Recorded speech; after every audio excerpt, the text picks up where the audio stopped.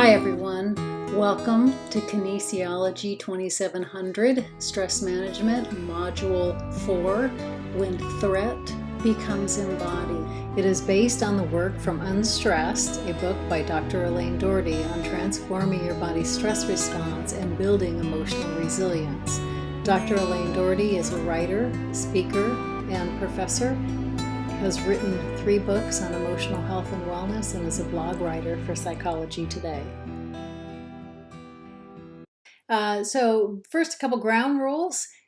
We have some jobs here. My job is to hopefully inspire you and give you some working knowledge and tangible tools to help you increase your capacity to reduce stress and anxiety and increase your capacity for resilience and success. Your job is to implement what you learn because it's experience that changes you. I can give you all the knowledge in the world, but it is experience, it's lived experience that changes you. And so I often say if nothing changes, nothing changes. It's your job to implement this to really make it experiential process and kind of transform the experience of your life. So before we get started here, I'd like to lay the foundations of where we're going with all of this. There's a term or there's a concept called planting the seeds of consciousness, and that term is kind of gives us the idea that we are always planting seeds. Every moment of every day we're planting seeds, and those seeds that we plant are what grows, and the seeds that we plant are our seeds of our thoughts, our seeds of our emotions, and our kind of seeds of what our emotional life is like, and we are just reaping more of the same. And so basically, again, we have 2 ways of being or seeing in the world. I'm going to just kind of build back on the foundation of what we talked about and then kind of build on from there. So again, we have 2 systems that drive us. We have our fear response system, and we have our calm and connection system. Those are the 2 systems that drive us every moment of every day. Now, couple things. Again, physiologically, we can't be in both drives at once, and the one that we're in most often wins. So we have our fear response system, and we have our calm and connection system. Again, we had to have both systems to survive as a species. We had to be hyper reactive to threat before thought. It had to be all consuming, or we as a species wouldn't have reacted when we were faced with danger. It had to be built very deep into our system. It had to be quick, and it had to be reactive. So we have those mechanisms in us, but we also had to have our calm and connection system. Our calm and connection system is the system that guides us to love. It's the system that guides us to bond. It's the system that guides us to socialize, to create community. And again, we are in one or other of those drives always. And so I want to remind you, I just kind of told you when I started out, I told you about a morning where I was really stressed out and late, and I was able to catch myself, and I was able to transform into being very present and very aware of that moment. And then that moment offered me something beautiful in an interaction with my father that I didn't know was going to be the last time that I spoke with him or saw him.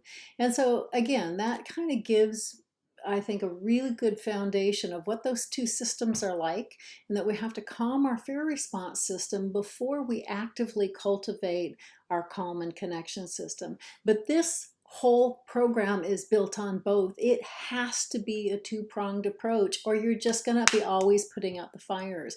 If you really want to live from a place of love and of connection and of compassion, support, socialization, connection, all of those things, then that has to be actively cultivated. It's not just about reducing what's wrong.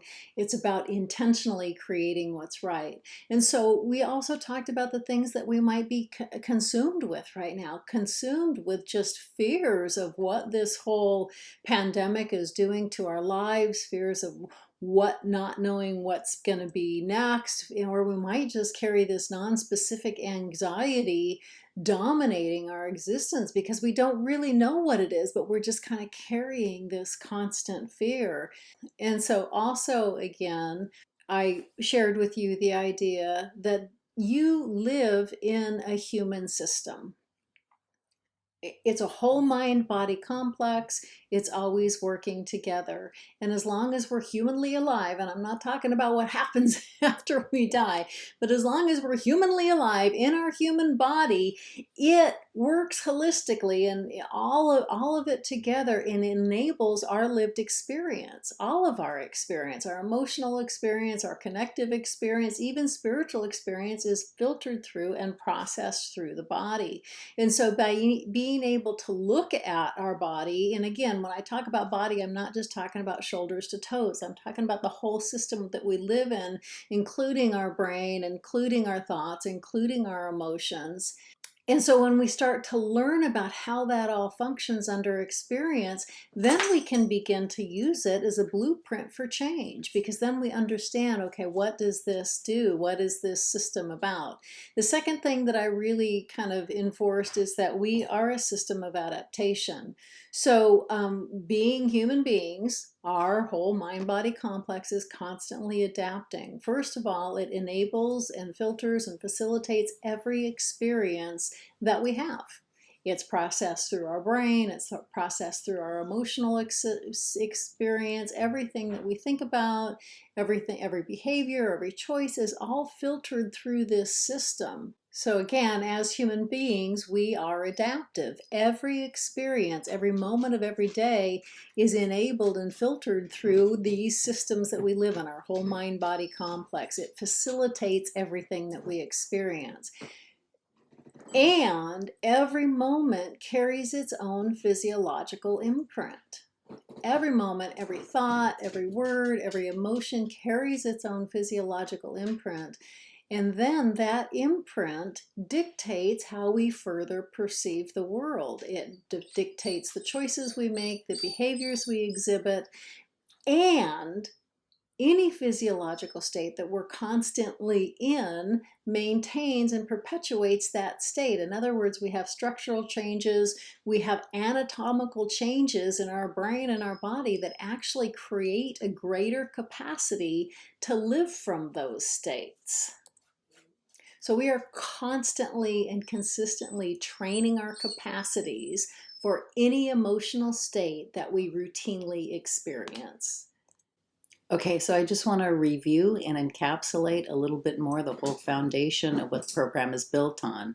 So we have two drives. We are always in one or the other drive. We know them when we feel them. We know when we're in our stress response system. We are chaotic. We feel ungrounded. We know when we're in our common connection system. That's when we're grounded and we're in access to our truer selves. We can't be in both drives at once. Physiologically, it's impossible. They are opposing states. The one that we are in most often is the one that flourishes. In other words, it gets better at doing what it does. And whichever one we're in creates a greater capacity to live from that drive. Now, a couple other things. Emotion is the primary expression of each drive. I don't talk about emotion in a good or bad sense. Emotion just is. And as chaotic as unstable emotion can be, grounded and loving, compassionate emotion may be your greatest asset. It's the quality and context of the emotion that determines what drive dominates.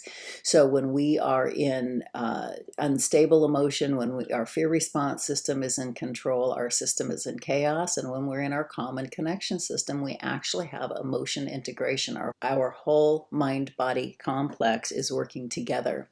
And so again, we defined stress as emotional disequilibrium. So stress basically is in that state when your fear response is in control. And again, so it could be caused by anything, a thought, a word, a conversation, fears, worries, whether they're grounded or not. So stress just is that state when you are out of emotional equilibrium. So understanding that all gives us hope, because we can understand how it all plays out in our mind-body complex. And then from that understanding, we can create a blueprint for change. So I am absolutely not in any way diminishing or belittling some of the external things that may be very present for you right now. But if we can bring equilibrium to our system by calming our fear response and then creating our calm and connection system, we can see more clearly. As you'll see as we go along, you actually have the capacity to see more opportunity to see more solutions when you're grounded in your calm and connection system. So it's not about ignoring what's going on the outside, but it's bringing equilibrium to our own system so we can bring our best self to discern what is the best way to proceed, to discern really what is worrisome and what isn't. So we talked a little bit about how our whole mind-body complex works, which I call the foundations of psychophysiology, how we get programmed initially and how we perpetuate that program unless we give ourselves another experience. Remember, we were always molding to experience. We are always molding to experience. So the only way to change or transform is to give ourselves an authentic different experience. Remember, we're molding to our authentic experience, not what we try to will into action or not what we pretend. So I gave you the spiral of becoming. Every moment of every day you are transforming. Every moment of every day you are becoming more of what you're experiencing. It starts with your perception, you make meaning, it makes a physiological imprint, and then you are always seeing and perceiving again from that physiological imprint. You have behaviors and reactions and choices that are consistent with that spiral. Every moment of every day you are becoming something. The problem is most of us don't know that. We just react the same way we've always reacted, and then we wonder why things don't change. So the only way to begin to change, whether this is a downward spiral or an upward spiral, is to authentically begin to change your experience. And again, your body-mind complex molds to your authentic experience. So you can't just pretend. It has to really be a way of shifting your authentic experience. So again, you're transforming every moment of every day, whether you know it or not, and whether you like it or not. And it's all through your routine experience. When I talk about experience, I'm not just talking about external experience. Ultimately, it's your internal experience as you're processing what's going on externally. So every experience wires you, and your wiring becomes your programming. So I'm just going to ground us back in where we left off last time, because last time what I said is I was going to get deeper into the physiology because it's really helpful to understand the science behind all of this, because then it makes it just that much more apparent that where you keep your attention every day really matters. And it really matters in who and what you are becoming at any given point in time. So I've talked a lot about the spiral of becoming in the last video, and in the reading we got way more in depth about how and why perception happens, how and why your perceptions are unique to you. Last week, you wrote about your own personal trigger points. You wrote about what happens when your inner chatter gets activated in your brain. That's kind of how you're making meaning of everything. So now when we come back to the spiral of becoming, again, the minute you make meaning, you have a whole physiological imprint of what that meaning means to you. And so your neural nets fire with what you're thinking. They fire with what you're perceiving. And we talked about how they work in your perception in the first place. But the thing is that they also keep perpetuating. So every time you repeat an experience, or you repeat a perception of something that you're seeing in your environment from your original perception, every time you react the same way you've always reacted, all you're doing is gluing those neural nets together. Again, nerve cells that fire together wire together. So in other words, every time you repeat your same reaction patterns, you repeat your same triggers, you repeat your same inner chatter, you just get better at doing that. Okay, so your neural nets, again, they not only become your programming in the first place, but they perpetuate your programming unless you give them something else to do. Just really quickly, we're going to talk a lot about the electrical patterns of your heart the next time through, because where we're going with all this is it's really important to understand the foundation of what happens physiologically when your fear response system is in control. And that's what we're getting deeper into right now, because then what happens is it gives you a blueprint on how to shift it. Okay, so, I know at the beginning of this video I was talking about, you got two systems, and we have to reduce your fear response, but we have to actively cultivate your calm and connection response, and we're getting there. But right now we just need to get a little deeper into the physiology of what happens when your fear response system goes haywire, because again, you are a system of adaptation. So what I'm going to do is get deep into how you keep adapting.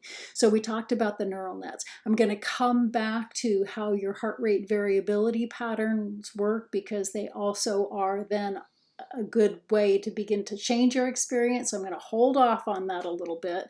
You read about it a little bit in the book, but we're going to come back next week and talk deeper about that. But I really want to get deeper into some biochemistry, because cortisol is your primary stress hormone, and you can see absolutely how it begins to adapt and change if you just keep your level of stress the same, if you keep reacting to perceptions the way that you always have been. So I'm going to cut into a video here, and it's going to really explain in depth how your cortisol works and how it adapts to just having you become more stressed, and reacts to the stories that you tell about yourself.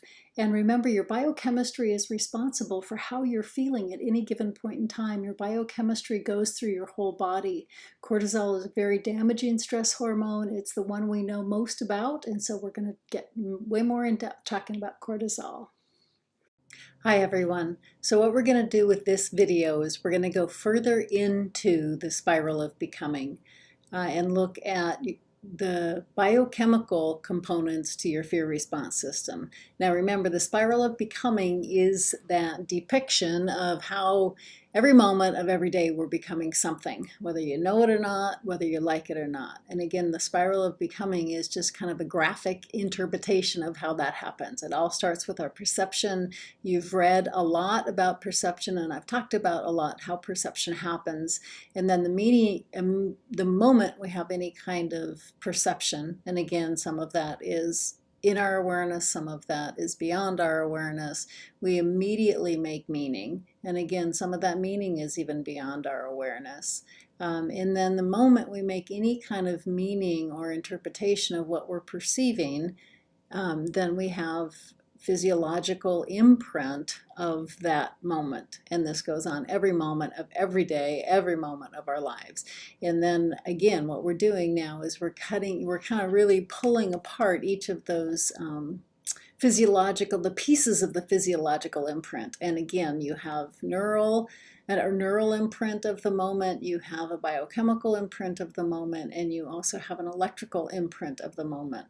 And then the big piece here is that every time you have any kind of physiological imprint, because you are a system of adaptation, then you further perceive and transform into what that physiological imprint is. In other words, you become more capable of any experience that you routinely have.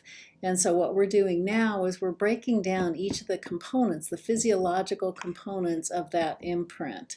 What we're going to do first is we're going to really kind of get deeper into what your biochemical components look like when your fear response system has run rampant. So again, what we're looking at is the biochemical components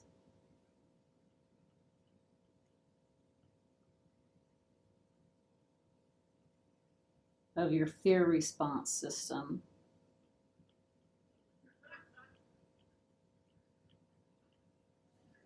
And again, so what we're going to do, I'm just going to draw the brain here. I know I'm not a great artist, but so if I were looking to the side and you cut my brain in half, this is kind of sort of what it would look like.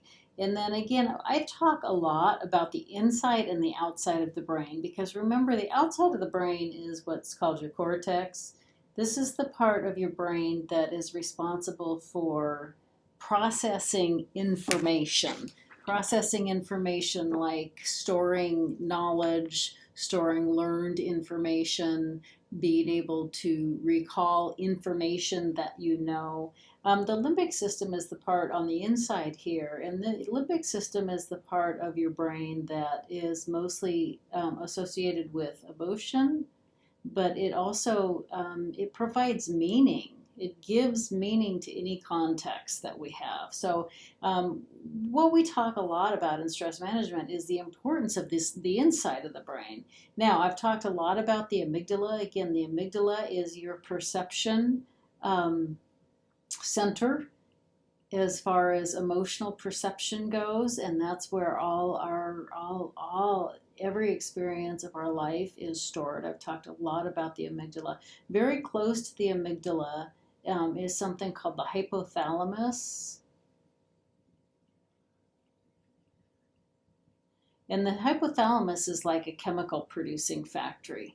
So what happens when you get stressed out? What are the biochemical components when you get stressed out? Again, your amygdala is the thing that immediately perceives and immediately makes meaning of that perception. And it almost makes meaning of that perception always in terms of the amount of threat that that perception poses. So in other words, if I have all kinds of stuff stored in my amygdala from my past experience, it's just in wiring. And so that I face something in my immediate circumstance, it just gets processed through my brain, through my amygdala. It goes through all that wiring stored there. And then my amygdala makes a match of something that I've experienced before. And it tells me kind of my level of threat to perceive. Okay, so when we're stressed out, again, we may perceive a level of threat that has to do with paying a bill, and we may perceive a level of threat that has to do with any relational thing that might look like something that has posed us a problem in the past. We might perceive threat for academic anxiety, test anxiety. I mean, it runs the gamut. Anything that we're perceiving in our experience, in our immediate environment, is getting processed through that amygdala, and it's telling us how to make meaning in terms of the threat level. Again, this is how it works in your fear response system. Your amygdala also has a role in your calm and connection system, which we'll talk about later, but this is just in your fear response system. So then what happens is immediately your amygdala sends a message to your hypothalamus. Now your hypothalamus is like your chemical producing factory in your brain. That, along with your pituitary, which is also very close, both produce chemicals, and those start off your whole stress response. So what happens is your amygdala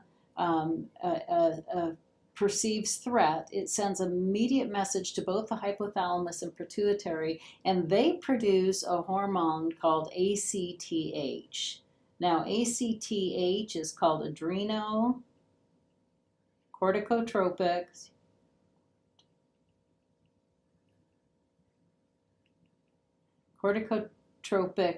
hormone. The way you can break that down is adreno, again, is for adrenaline, which I'll talk about in a minute. Cortico is for cortisol. Well, hormone is anything in your body that just does something. Again, we hear a lot about sex hormones, and hormones are just there. We have a lot of hormones besides just our sex hormones. Hormones are biochemicals that go throughout your body, and they kind of are responsible for doing some job. So our stress hormones are responsible for creating our stress response. What happens is your hypothalamus produces ACTH, and then what happens is that ACTH gets sent down to, this is not a, I mean, it starts in the brain, but it's not a brain thing. So you have your kidneys here. Sitting on top of your kidneys are your adrenal glands. And this is just kind of in the small of your back, actually. And your adrenal glands are what start it all off. So in your adrenal glands, this is where all your stress hormones are produced. Okay, the original producing hormone is produced in your brain, but that's just the thing that starts the process. That's not the most damaging hormone. So what happens is your adrenal glands produce adrenaline, or what we call epinephrine.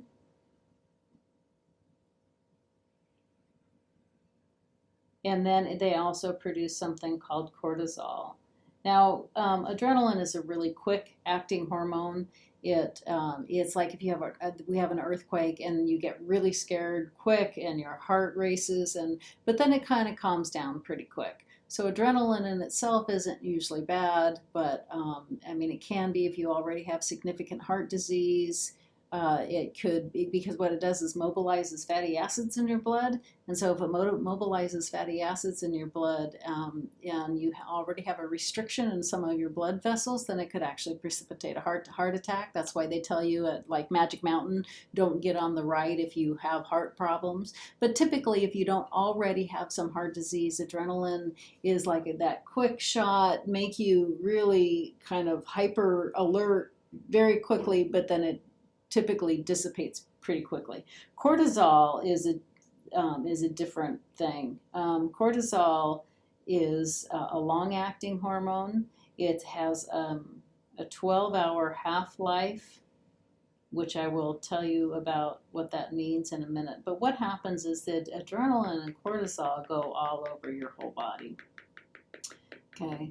So again, the perception starts in your brain. It gets sent to your hypothalamus. Your hypothalamus produces the ACTH, but then that gets sent down to your adrenal glands, which release the stress hormones all over your body. And what happens is it goes a lot of really important places. First of all, every cell and every organ has receptor sites for various biochemicals. And again, biochemicals are just what they sound like. They're just chemicals that go throughout your whole body, not just your brain, they go throughout your whole body. Every cell and every organ in your body has receptor sites for various biochemicals. The biochemical influence of emotion is huge. So a couple really important things that happen where that cortisol goes, number one, it goes back to your brain. It causes something called cortical inhibition. Inhibition means your brain can't function. This cortical stands for cortex right here. So what that means, cortical inhibition means that your brain, because remember your cortex is responsible for retrieving information. Cortical inhibition means it can't do its job. It's like this is why when you sit down to take a test and you can't remember what you know, it's because you have cortical inhibition. You have the information there. It's just when cortisol is flooding your brain, you can't retrieve the information that you know. Then you walk out of the room, your body calms down, your cortisol reduces, and all of a sudden you can remember everything that you couldn't remember during the test. It's also why, like, if you get in a car accident, all of a sudden you can't remember your phone number. Cortical inhibition means that it's just inhibiting your capacity to be able to recall information that you know. You know how that happens sometimes when your brain just gets so fuzzy and you can't remember what you know. That's cortical inhibition. Cortisol has been, first of all, we need so much cortisol to get out of bed in the morning. Cortisol in itself is not a bad hormone. It's a necessary hormone. We need cortisol to keep us functioning. We need cortisol to get us out of bed in the morning. But with our current society, most of us have way too much cortisol, unrelenting cortisol, too much, too often, and it wreaks havoc. Cortisol is associated with premature aging. It's associated with high body fat, with high blood sugar,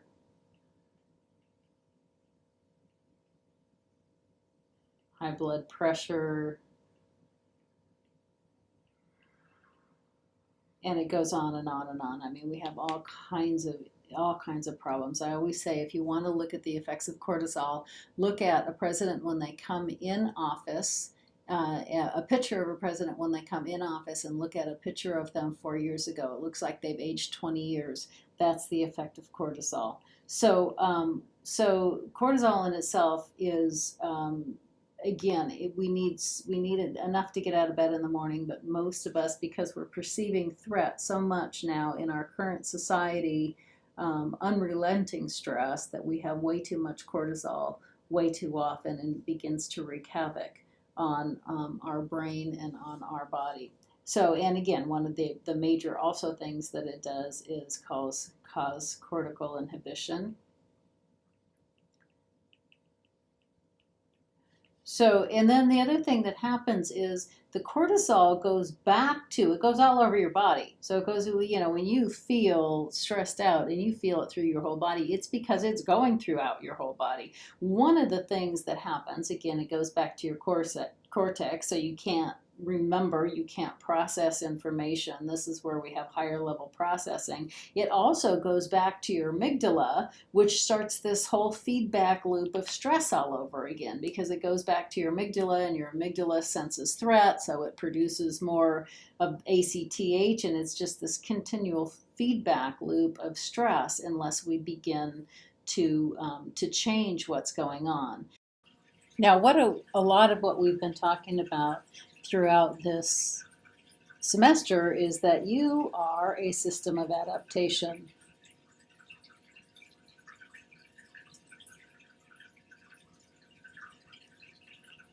And I've said many, many times that every moment of every day you are transforming, whether you know it or not, or whether you like it or not. What we've been doing is talking about the spiral of becoming, how that all happens, specifically today about biochemically, how you become, what happens to your biochemical system, specifically in relationship to cortisol, as your fear response system is dominant. Remember, you have two systems that can be dominant.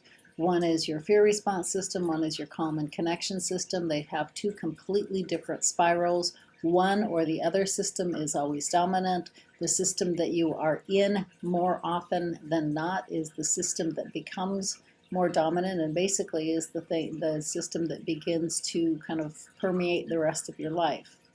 So we've been talking about your fear response system and what happens biochemically when you're rooted in your fear response system. So now what we're going to do is talk about how you begin to adapt. If you are in your fear response system under the influence of cortisol too long, too often, unrelenting, then you actually begin to adapt to being in that state, so you just get better at doing that. A couple of the things that happen, again, so this is your brain here, and we're going down, and these are your kidneys, and these are your adrenal glands. And remember, it all starts with the hypothalamus sending ACTH down to your adrenal glands. Your adrenal glands release adrenaline and cortisol, and that goes all over your whole body. Well, one of the things that in your adrenal glands here, they make cortisol through corticotropic cells. So one of the things that happens, one of the adaptations that happens, is that if your body is too flooded with cortisol too often, then again, your body is always adapting to what it thinks you need, so it thinks you need to just make more cortisol. So one of the things that it does is it actually makes more adrenocorticotropic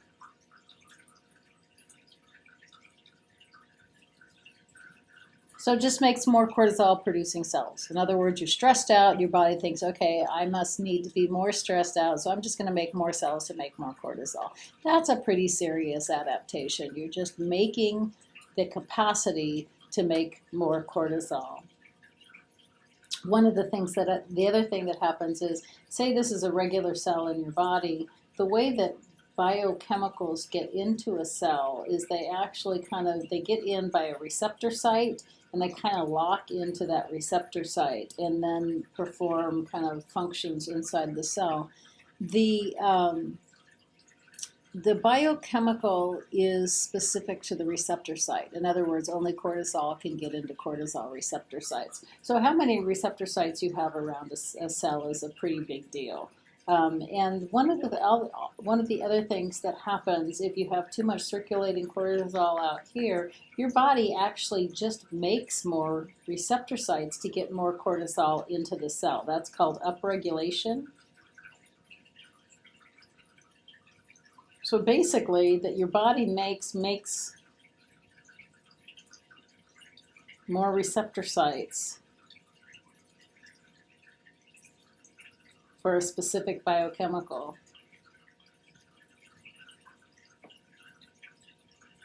Now, some biochemicals downregulate, some upregulate. They're all different in what happens. Sometimes if there's too much of an outside biochemical, your body says, oh my gosh, I don't want any more of that, and it actually will downregulate receptor sites. That's not true for cortisol. Cortisol will actually upregulate receptor sites to get more cortisol into the cell. So they're just basically, again, just making more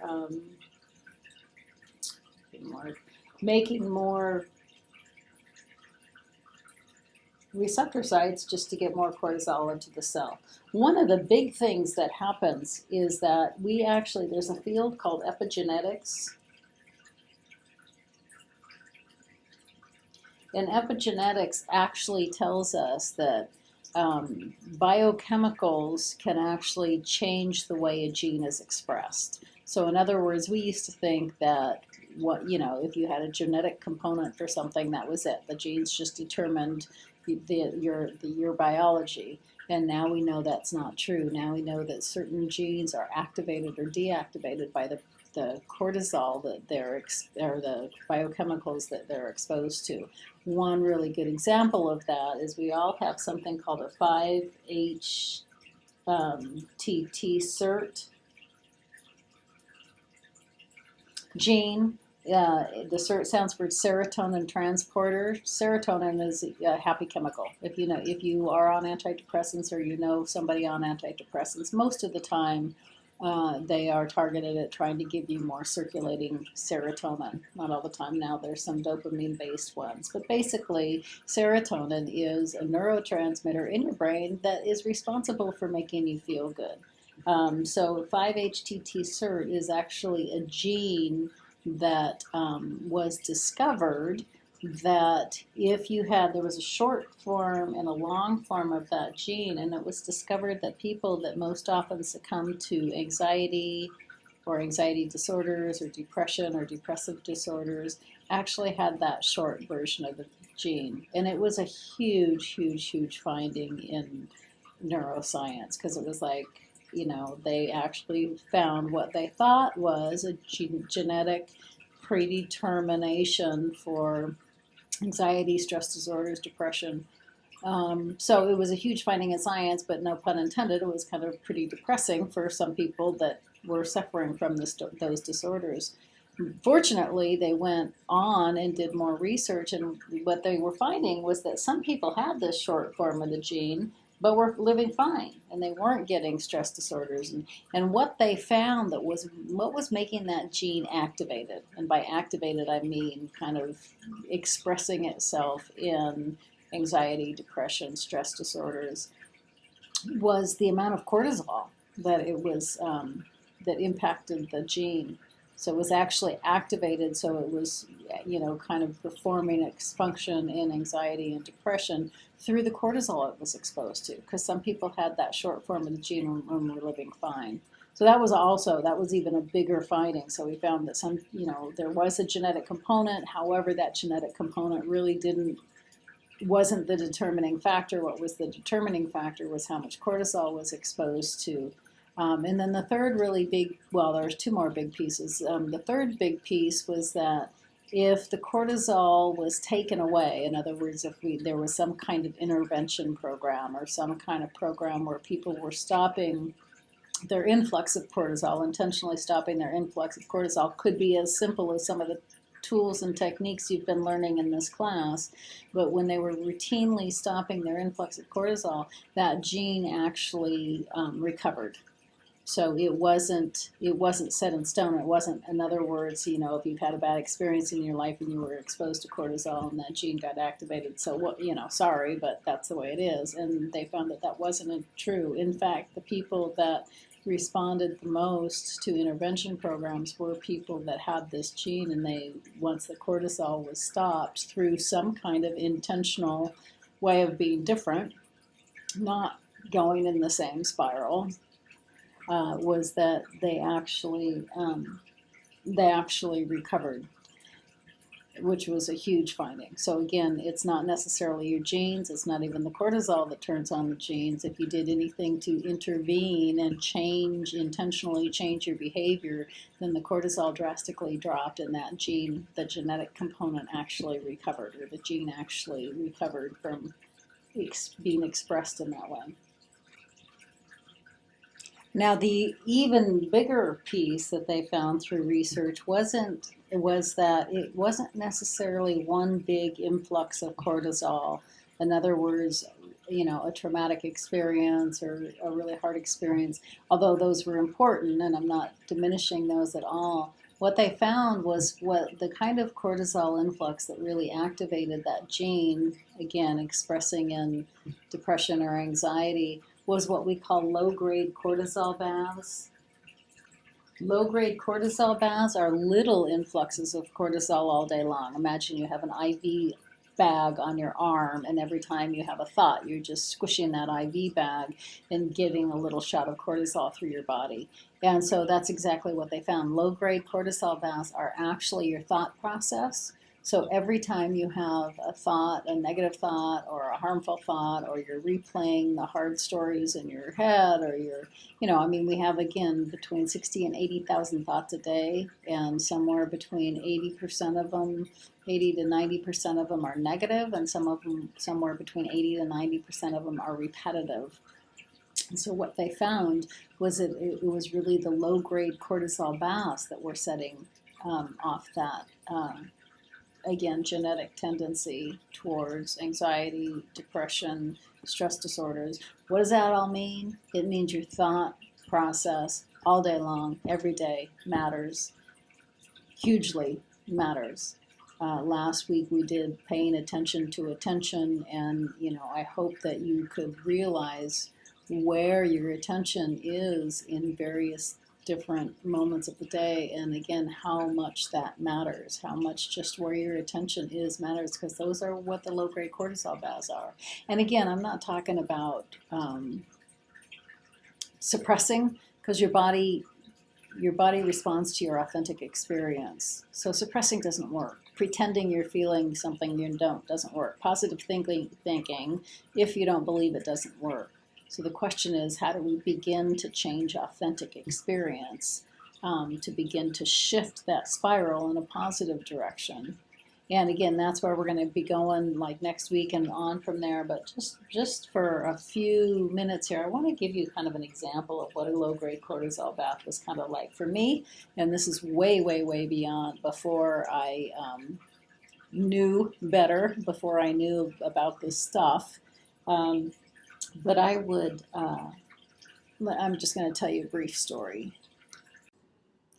Okay, so this was at a time before I knew all of this stuff, obviously, as you'll see this, and I was at a job. It was a different job where I had a very, very toxic department chair. We all know people like that. He was so bad he ended up getting fired a year after being hired. But we all know people like that are just full of really difficult energy for us. And like I said, he was so bad he got fired in a year after starting that job. But it was also at a time where I was in danger of losing a program that I had worked really hard to build, and because of budget cuts, it was in danger of being canceled. So I was carrying some stress around all of that anyway. And again, this is all before I learned all of this stuff, and it was it was a really hard time because I didn't deal well with my stress at that time because I didn't know any better. So let's just pretend. So remember that cortisol has a 12-hour half-life. And what that means is after 12 hours, it only takes half as much as the original dose to get you back up to the original, the level of the original upset. So it only takes half as much cortisol 12 hours later to get you up to that original level of upset. So it stays in your body for a long time, and you just need a little bit more to keep bouncing you back up to the top. So let's say it's 8 a.m. and I run into my department chair in the office, and he is his usual self, full of toxic energy, and my cortisol goes through the roof. So let's say this is cortisol here, this line is cortisol level, and this line is time. And so, and my cortisol goes through the roof. One conversation. And so I start walking away. But as I walk away, it's not like I just walk away and be okay. It's like, oh my gosh, I should have said this. Guess what? Low-grade cortisol bath, shot of the IV cortisol all through my body. And then I start walking away and just start calming down. And then I replay the conversation. And then I start walking in. Next time I'm going to say this. And then I start walking away. And then I see a colleague. And do you know what just happened? And so all day long, I'm replaying the story. I'm judging what I'm going to say next time all day long. I'm carrying it in my brain. I'm carrying it in my body. I'm repeating the experience. I'm sure that this experience is going to happen next time. So all day long, all day, it's like I'm just giving myself shots of cortisol all day long, just recalling, replaying, that inner chatter in your brain. Because see, the thing is your brain doesn't realize the difference between something that's vividly imagined or something that's real.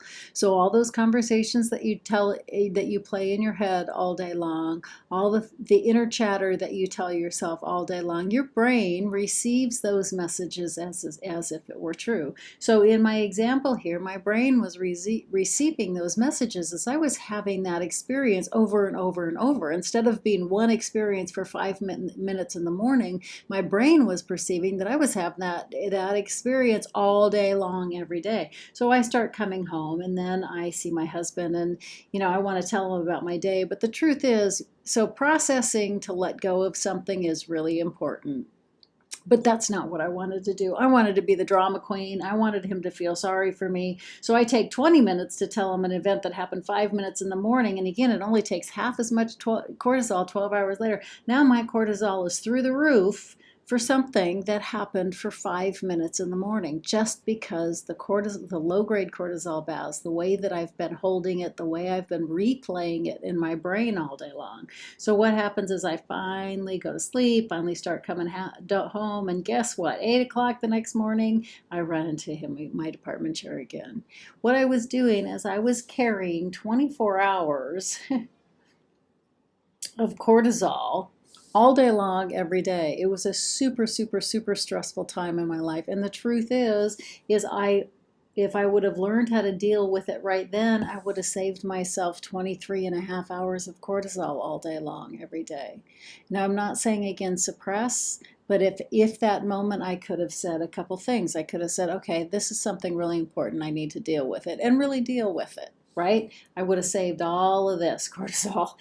Or I could have said, you know what, I really need to go back and I need to make it through my day of work. So I promise myself, and this is the all important promise. I promise myself I will go back and deal with it at an appropriate time, and then free myself up to be with my day the rest of my day, instead of doing this with my day all day long, right?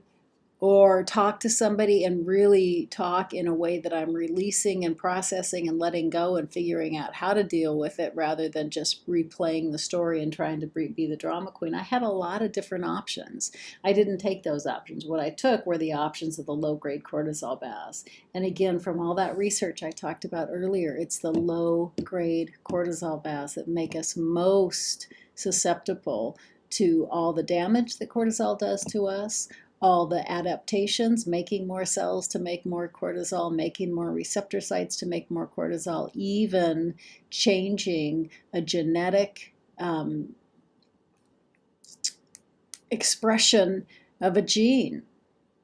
That's pretty big. And again, most of those adaptations, the worst influx of those adaptations are the low-grade cortisol baths, or the things that we tell ourselves all day long, every day.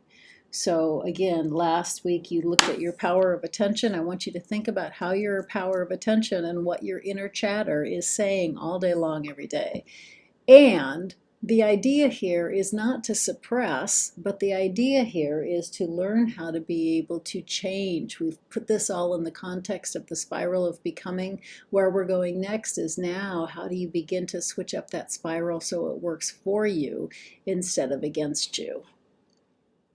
So I know that last piece was way more academic and way less flashy, but it's super important to understand the havoc that cortisol wreaks on our system, and that the more cortisol we have, the better at producing more cortisol we get. So again, if nothing changes, nothing changes. The idea here is to understand what's going on, to really get how deep of a physiological response we have to stress, that it just creates the capacity for more of the same unless we start to adopt a different paradigm. And so where we're going next is understanding how to stop our fear response and stop the havoc of cortisol and our neurons firing and perpetuating bad patterns, and to be able to really cultivate a different paradigm. So see you next week.